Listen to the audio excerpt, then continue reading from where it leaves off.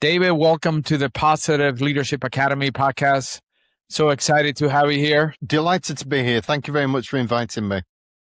Great, excellent. When I was reading to your bio and reading what you do, one of the things that came up to me is I was coaching this leader, CEO of a company, and we're in Las Vegas, and we planned the entire presentation. Everything was I think he was going to do terrific.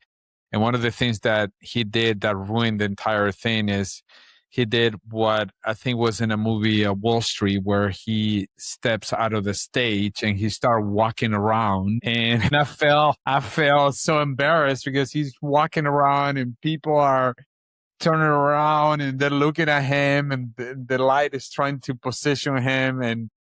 And he said, "Hey, what do you think? Am I a rock star that I rock this this talk?" Right. So I was reflecting on that experience because I was so embarrassed. I'm thinking, my goodness, he spent so much money with me, and this thing, he's doing this Wall Street walk around this huge ballroom. So I wanted to ask you, right? What separates? I think he was a forgettable leader, or maybe he was someone that they will make fun of in a podium from a rock star, someone that really leave you with that emotion and say, "Oh man, he really did something to me."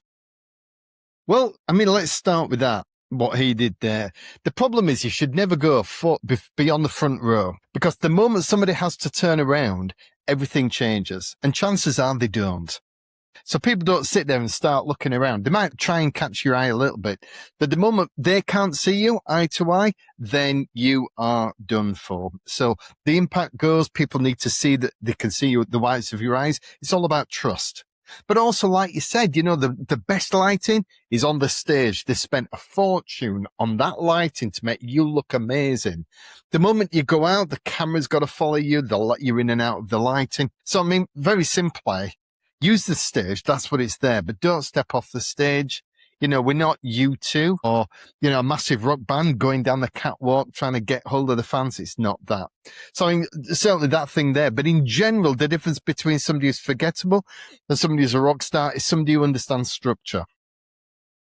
So generally speaking, when I'm working with clients and I say, have you got something prepared? Have you what is you got? And it's just this kind of endless stream of consciousness that they've written down.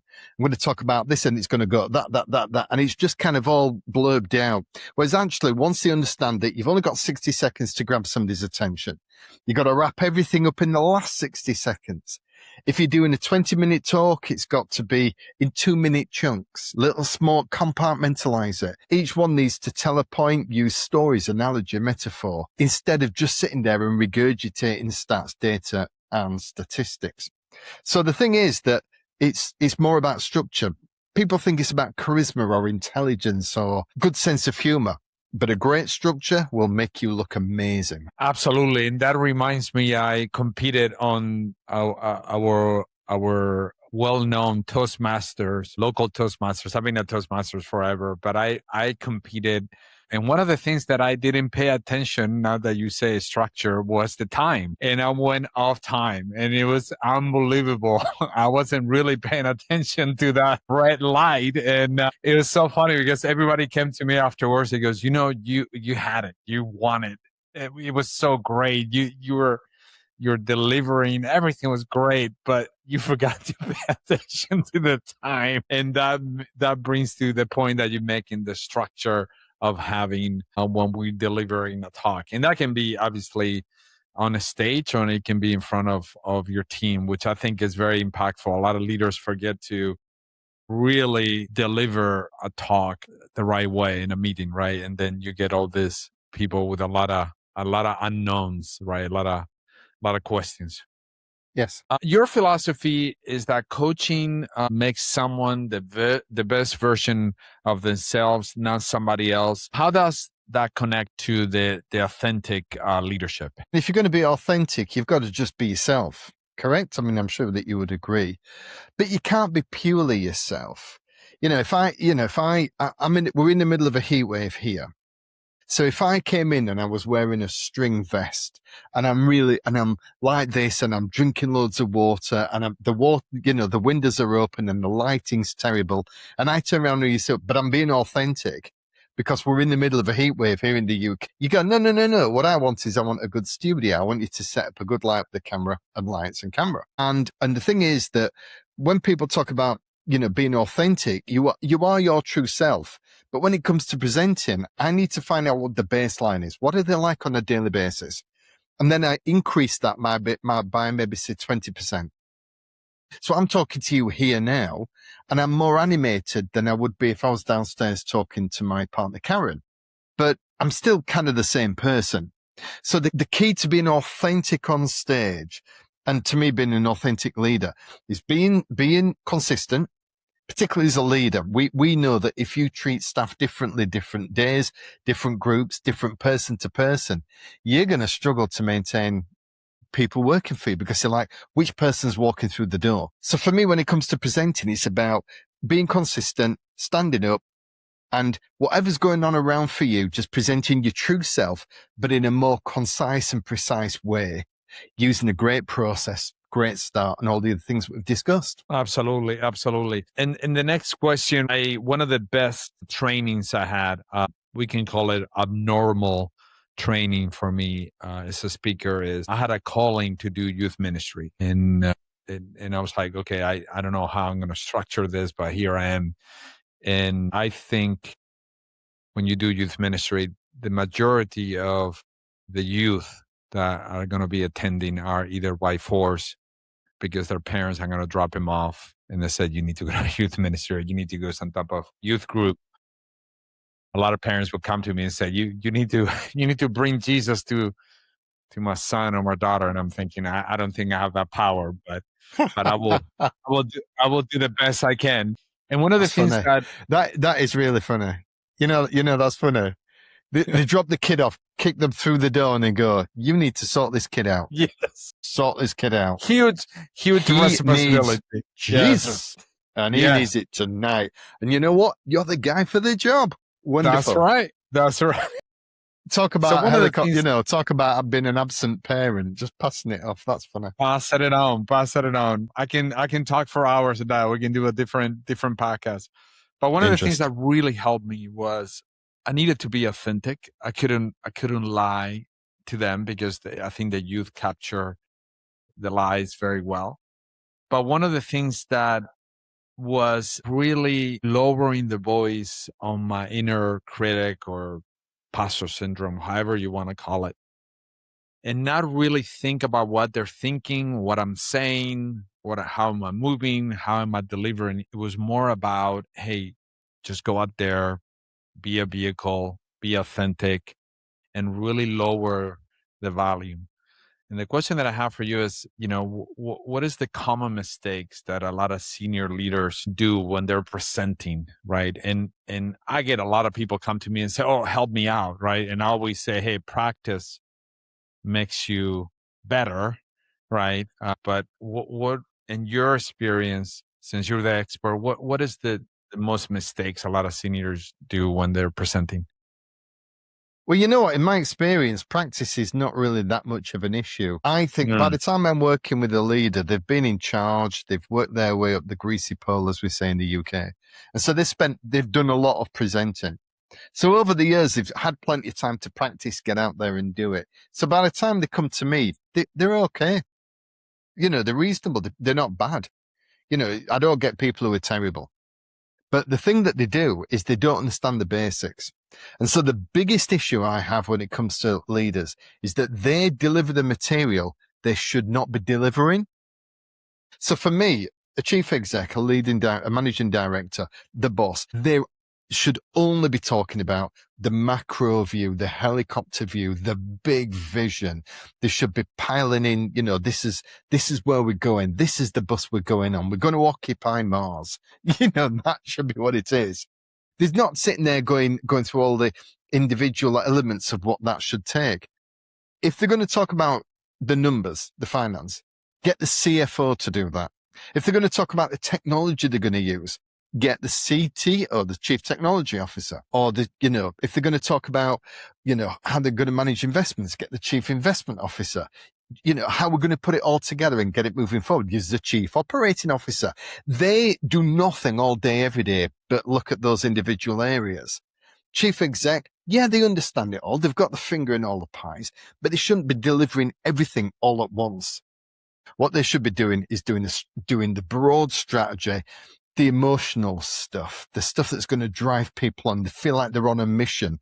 He should be a walking mission statement. Yeah, that's powerful. That brings me to, as we're doing this, eventually Positive Leadership Academy podcast, we will do a studio and we will fly people in. That's the dream. But as we're talking about remote presenting and kind of connecting to a room remotely, and I do facilitate quite a bit. And one of the things that I see is obviously with a device and be able for me to participate virtually, I have the freedom to turn off my camera. I have the freedom to be anywhere I wanted to. I have individuals that are attending my workshops and they're driving and I say, I'm sorry, you cannot participate if you're driving. To me that's if we're talking about multitasking being bad, I mean, imagine driving and doing that. That's so dangerously. And one of the things that I learned, and I think thanks to the pandemic, was how to deliver your best version of yourself, how to present in camera in a room remotely, right? And one of the things that I'm very anti virtual background, because to me it's like, okay, well, why? I know you're showing me your house, you're welcoming into my house, into your room or whatever you are, but what is happening behind that virtual background? There's like a curtain, but I feel like there's somebody there. A lot of people get very close to the camera, and I think that's kind of intimidating. Like, okay, I can see your pores, or I can see you have a little bit of shaving cream on the side, right? I can see what you had for breakfast. Yeah. Yeah, exactly, right. Those are visual things, right? But what would be your suggestions for leaders that are presenting to a virtual world out there, and especially in their teams, right? You've just got to learn the basics. So, for example, I have a camera. I'm looking at the camera. I've got a computer down here, and so there's a computer with you and me. Now, I never look at you because I don't need to. And yet people always say, but surely you've got to do this. You've got to present like this so I can look at the camera. And I go, what are you looking at? And they go, but I need to see if they're understanding what I'm saying. You don't get any response. People sit there like, I call it zombie Zoom face. They sit there and go, like, look at you. And when you go, are you okay, my friend? And they go, yeah, I'm fine. And they go, well, tell your face. So the thing is that when you're in a room full of people and you're doing it live face to face, it's a group experience. You crack a joke. One person laughs, they all laugh. One person claps, they all clap. They're all sat there looking at you. But when you're doing it through the screen and through the camera like this, what you're doing is you're not speaking to 50 people. You're having 50 one-to-ones. That's very different. So, for example, don't say thank you all for coming. You go, thank you for coming. And just understand that somebody is sat in their bedroom, in their office, in their studio, whatever. And, they're on their own. So they're not going to laugh. They're not going to have big responses. They're not going to have big smiles. It's going to be fairly narrow. So the most important thing is that you put yourself across to the best of your ability without looking for a response. That's the first thing. The second thing is, just don't do an introduction. Hi, today we're going to talk about the strategy for 2027. And then all of a sudden bring up the screen so that you've got a PowerPoint presentation that ends up being 99% of your talk. Because the thing that makes a difference is you. As presenters, it's us that carries the message. I can give a message here. Somebody else can give the same message, exactly the same message to the same group of people and have twice the response. Why? Because it's about them. So learn how to flick between screens. Bring up a screen, show some information, take it back down. You are the star of the show. And it's just background. A great example. You've already said it. I don't like virtual backgrounds. They are better than they used to be, but still people have a background where they move the hand and half of their arm disappears, or they have one of a beach. It's like, why have you got a picture of a beach behind you? It doesn't make any sense. It's incongruent with the message you're trying to get across, and they kind of got all a bit creative and think it's fun. you have less opportunity to be able to really impact an audience through a camera than you do when you're doing it face to face. You don't, it's a much more narrow perspective. So everything needs to be up at a 10. Great background, fantastic camera. My camera is at eye level. My camera on my computer is down here. So even if I was looking down at the computer, even if I was using that, I'd be looking down, it would be going up my nose. I put it on a stand. I've got decent lighting. So I've got some nice background lighting, but it's not intrusive. I've got one light here. So I've got a bit of shade, but you can still see my face. It's amazing how many people sit there, and what they'll do is they'll be sat there like this. So they'll be facing, the wall or whatever, but there's a window here, and this side of the face is completely lit. The other one isn't. It's just tiny things like that. So remote speaking is way more about small things that you improve a lot rather than one big thing. The only one big thing that I would say is to self-edit. And I'm definitely going to come back to this later in the show, because the biggest thing about remote is people just don't have the same attention span. So if you normally do it, if you're doing a 20-minute talk, try and get through it in 10. Because, they can flick off, they can put the they can go off the camera and go and watch CSI for 10 minutes while you're talking. Just make it go even faster, make it move a bit quicker, keep the movement going, and, learn how to do it better and practice, because this isn't natural. Speaking to a camera is about the most unnatural thing you can do, and it hurts your eyes. So what you've got to learn to do is just go, you know what, I'm going to talk about X, Y, Z, and then come back to the camera. Learn how to do those as performance elements. Yes. Because it matters a lot more when you're doing it online. Yeah, absolutely. Absolutely. Yes. And when you're talking about backgrounds, I remember back in the back, I used to have a guitar. My daughter never played the guitar. So I'm like, you know what? I'm just going to use it for decoration. And I bought a cheap stand and everything, and I had it there. And it was quite amazing how many conversations I had about the guitar, and I never play. And they were like, oh, you play the guitar, you play the guitar, you play the guitar. And it was so interesting. So I tell people, say, hey, if you pay attention to your background, right, and you put some objects and just clean it up, you'll be amazed. But also don't put things in there that are too distracting, like the guitar. So people have always, my friend said to me once, very funny line. He was being very brutally funny. He said, "You're a bit like a clown." I said, "What do you mean?" And he says, "Well, you like being the center of attention, and you're really badly dressed, and you think you're funny." Right. So it's just, and I was like, that's really funny. So it was just a bit of banter, a bit of harsh humor, which I love. Right. So he's just having a bit of a dig at me. Right. Anyway, I've got a clown over there, and guess what it's got? Red hair, because I've got red hair. And I found this in a local shop. So I thought, that's brilliant. So for the first 6 months or so, I had it on a stand behind me, and people go, what's a clown? I go, oh, you never guess what the story is. My friend said, you're like a clown, you're badly dressed, you got red hair, and you think you're funny. And literally 50% of people went, it's weird. And I was like, no, it's funny. Come on. It's a little bit funny. It's a bit funny. And they were like, Dave, it's weird. Get rid of the clown, right? So it's like what I have in the background is kind of nice. I've got a fire helmet because I used to be an operational firefighter, and I've got a couple of trophies because I've been a bodybuilder, and I've written a book, and there's a copy in my book. And, there's a letter over there signed by Oprah because I went on the Oprah Winfrey Show. So the thing is, it's a bit of a brag fest. It's like a shrine to my name. You know what I mean? But it's not too distracting. Exactly. So it's personal without being distracting. That's a very fine line. A very fine line. Exactly. Let's switch. Talk about you had a very tough start in your life before everything changed, and things are changing. Obviously, we're in a journey. Life is a journey. What did your journey kind of teach you in regards to resilience and self-belief? Well, the lessons I live by for myself are quite harsh. So I don't mean to pass this on to anybody else, because I think other people would feel very differently. But, for a start, there is a sell-by date for blaming other people. That's quite a strong statement. But, I had a terrible childhood at the hands of my mother, who was an alcoholic, and my stepfather, who was 65 when I was 6 and used to beat me up all the time. But once I left home at 18, I've been 40 years I've left home. And every day I get up and I make 30 decisions. That's down to me.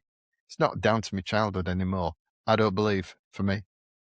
So there's a sell-by date for blaming parents or a bad teacher or a bully at school or a bad boss or a friend that hurt you or a relationship that didn't work. Because ultimately, what choice have you got? As you're going through life, you're going to keep getting kicked in the teeth every 5 years.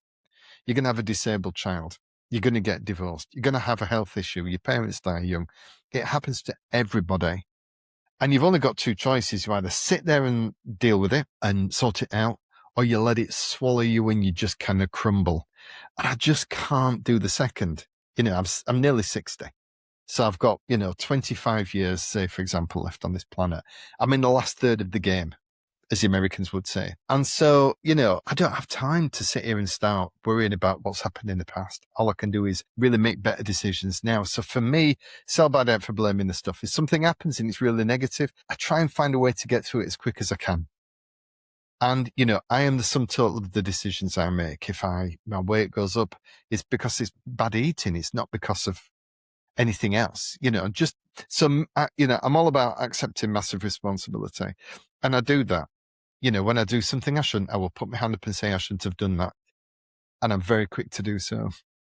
But, and the quicker you do that, the quicker you get the chance to move on.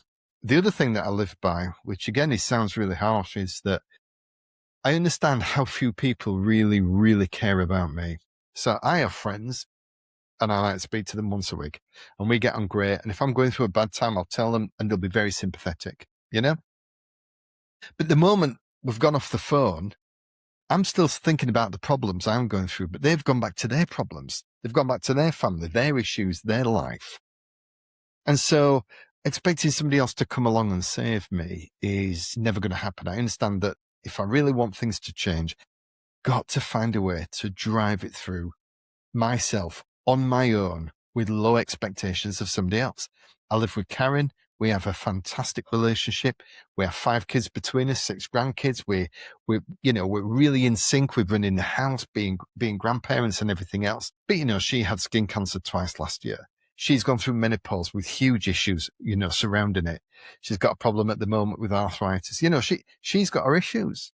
So if I sit there and start telling her about mine, she cares. We live together. She's my partner. We're going to spend the rest of our life together. But at the same time, the moment I stop talking about mine, she's thinking about hers. So kind of being more self-sufficient, accepting responsibility for the things around me, and just trying to make better and different decisions. And if I do that, then I'll get where I want to be. Yeah, thank you for sharing. And I relate to you. I claim to be a trauma survivor as well. I won't get into the details because the show is for you. But I agree 100%. I can go this way, I can go that way. You have 2 options, which one you want to go to. And I tell people that went through very traumatic experiences that, hey, embrace it, but make a decision where you're going to go to make things different. I mean, I can go back to reliving the past and really hurt myself, or I can play that game, what if, which is never gonna fix the future. Or I can grab the bull by the horns and say, well, let's go. I have what it takes. The thing is, in this day and age, we're in a pretty good place in as much as trying to get help as well if you need it. There are Facebook groups, there are technology, we can use AI to find out information that we need. People are much more aware of mental health. I used to be a firefighter and I saw some terrible things, dead people in terrible situations back in the 1980s. No one ever sat there and went, Dave, do you want to go and see a counsellor? Do you want a bit of help? How's your mental health? We went back to the fire station, we cleaned off the machine, and then we went, we put ourselves back on duty and we were straight back out 10 minutes later. So, I think in this day and age, people are more aware of it. So if you are struggling and you can't get through it, I'm very sympathetic to that. Ask for help. Don't sit there on your own. Look around, see who else is going through it, see what groups you can join online. Just do something. Don't let it swallow you whole. because we only have one life, whether you believe in life after death or not. I don't. I'm like, this is it. This is absolutely it. Every day has to count. And I can't sit there looking at the diary of my past life and the things that didn't work out and let it swallow me whole. Exactly. So I want to finish with one thing that catch my eye. You're a Guinness world record or worldwide record for memory, and you have spoken to 1,000 of people. Tell us about that preparation, that memory gift that you have, and what you went through.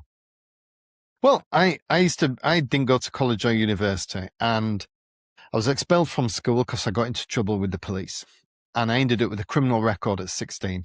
So I'm working in a factory for £1 an hour, which is equivalent of $1.20 an hour. I get an office job, $2.40 an hour. I'm going nowhere fast. And then I joined the fire service because you didn't need any qualifications to join. But whilst in the fire service, I wanted to sit my promotion exams, which I did. And I kept failing them really badly. And then one day I'm watching a guy on TV memorize a pack of playing cards. And I was like, that is incredible. So I went out and bought that guy's book, taught myself how to do it. And 8 months later, I went to the World Memory Championships and came 4th. So I went from not being able to remember 13 things on a fire extinguisher to being able to remember 1,300 digits in an hour. And my life just exploded. I go back to work. The boss says, do you want to come and teach me? I went, yeah, okay. So I taught him some stuff. Do you want to teach this in the fire service? No, because I'm a natural introvert. That's my natural state of being. I'm what's called an ambivert. So I'm an introvert at home and in natural conversation. But when I'm speaking, I'm an extrovert. I just, I put on a performance. That's what I do. And so for me, it was amazing. Just all of a sudden people wanted to know what I knew. I started teaching memory training. And then that was 1996. 97, I went back to the World Championships, came 3rd. And then the Guinness record that I broke was in 1998 for reciting the mathematical formula pi to 22,500 digits from memory. Wow. Quite amazing. What led one thing to another one is amazing. How life, curiosity can bring us to a complete new path. Where can people find you, David? They can find me on LinkedIn, David Thomas, Creating Presentation Rockstars, because that's what I do, turn leaders into presentation rock stars. Or go to my website, which is www.creatingpresentationrockstars.com. Great, excellent. And I will make sure I put that on the show notes. I just want to thank you for being part of the Positive Leadership Academy podcast. It was a pleasure having you. I see that there's many, many topics that we can really choose from this conversation, so we can make a second episode. So we'd love to have you back. Love to. Thank you very much.